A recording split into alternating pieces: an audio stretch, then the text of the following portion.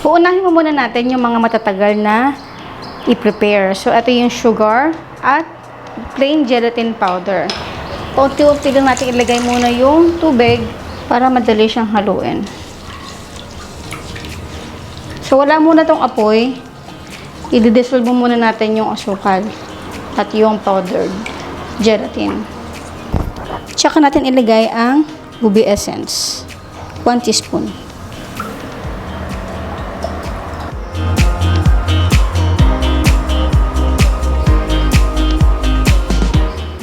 Right after natin ito makita kumukulo, i-transfer na natin ito sa ating mold.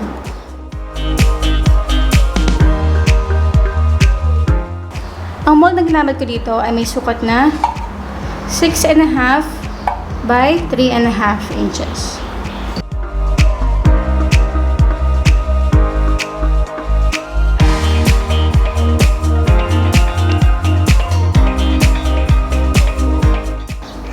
Ito po, hayaan mo muna natin lumamig in room temperature for 2 hours or hanggang sa lumamig na ito, tsaka natin ito i-transfer sa ref hanggang sa mag-set.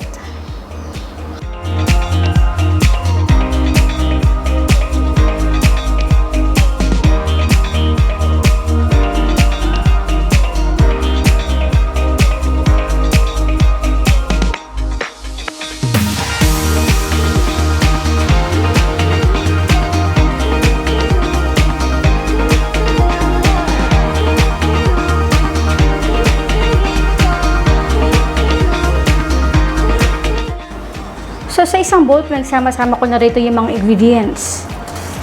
Sago.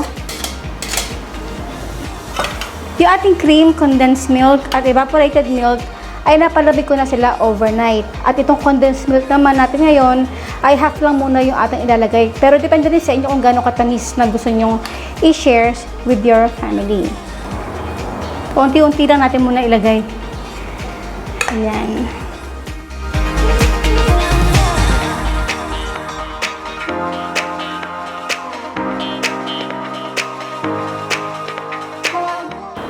Basta't makuha lang natin yung consistency na sa malamig, ay okay na siya.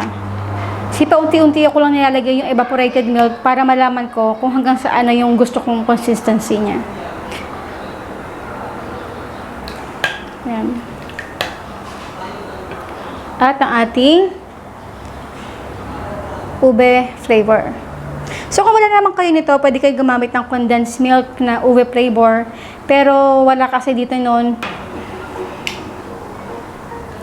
Ayan, konti lang. Siguro mga 1/4 teaspoon lang ng ube. Basta't magkakulay lang siya.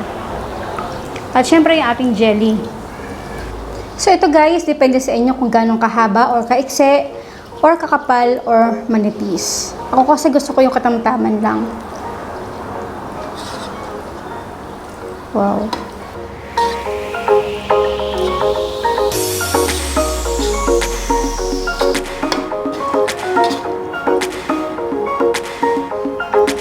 Transfer natin.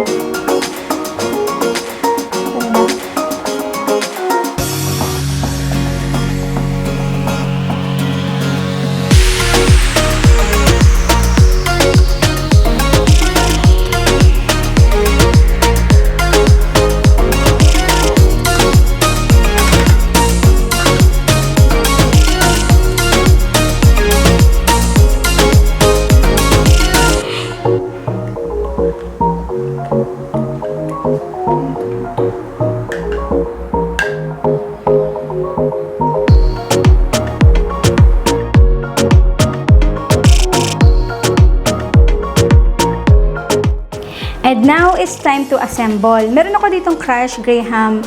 As in talagang kinarush ko siya kasi wala ditong available. Ayan. So, ito yung pinaka-base niya.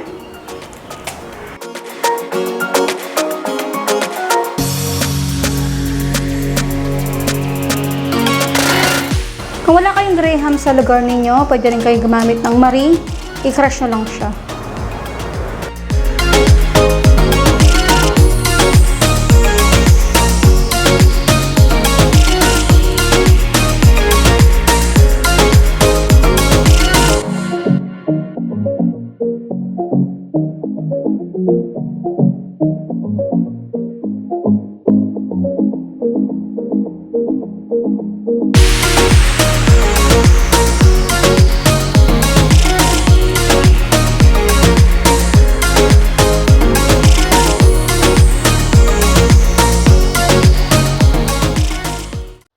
Nga pala guys, sa mga food vloggers na gustong ma-boost or umangat ang inyong mga views, pwede nyo i-promote ang inyong mga video sa aking dalawang FB groups.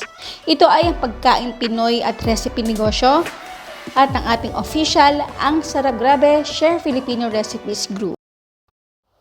At ang ating pinakahihintay na BTS! Batian Time Section.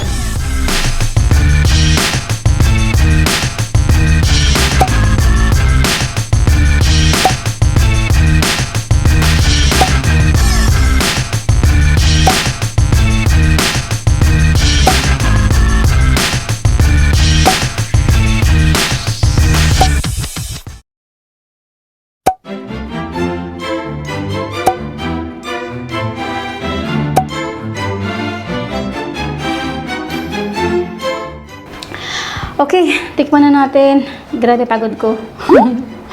Dito. Ayan. Wow. Sarap talaga ng Graham flavor. Kahit sa ang klaseng flavor nakasama yung Graham, the best. Especially mango. Kasi doon naman talaga nag-umpisa, diba? Yung sa mango float cake. Mga bata pa tayo. Tsaka lang nag-evolve.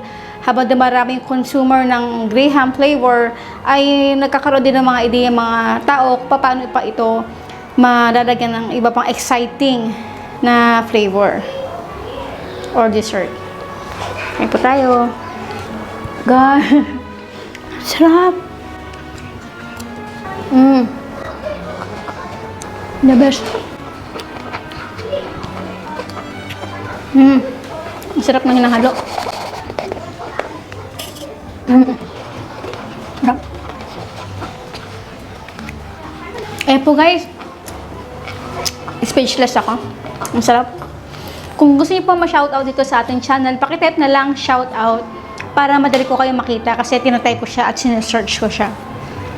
Kung meron pa kayo ibang flavor na gusto niyong gawin ko, mango, pwede natin gawin, pakitype na lang din sa comment box section. Bye!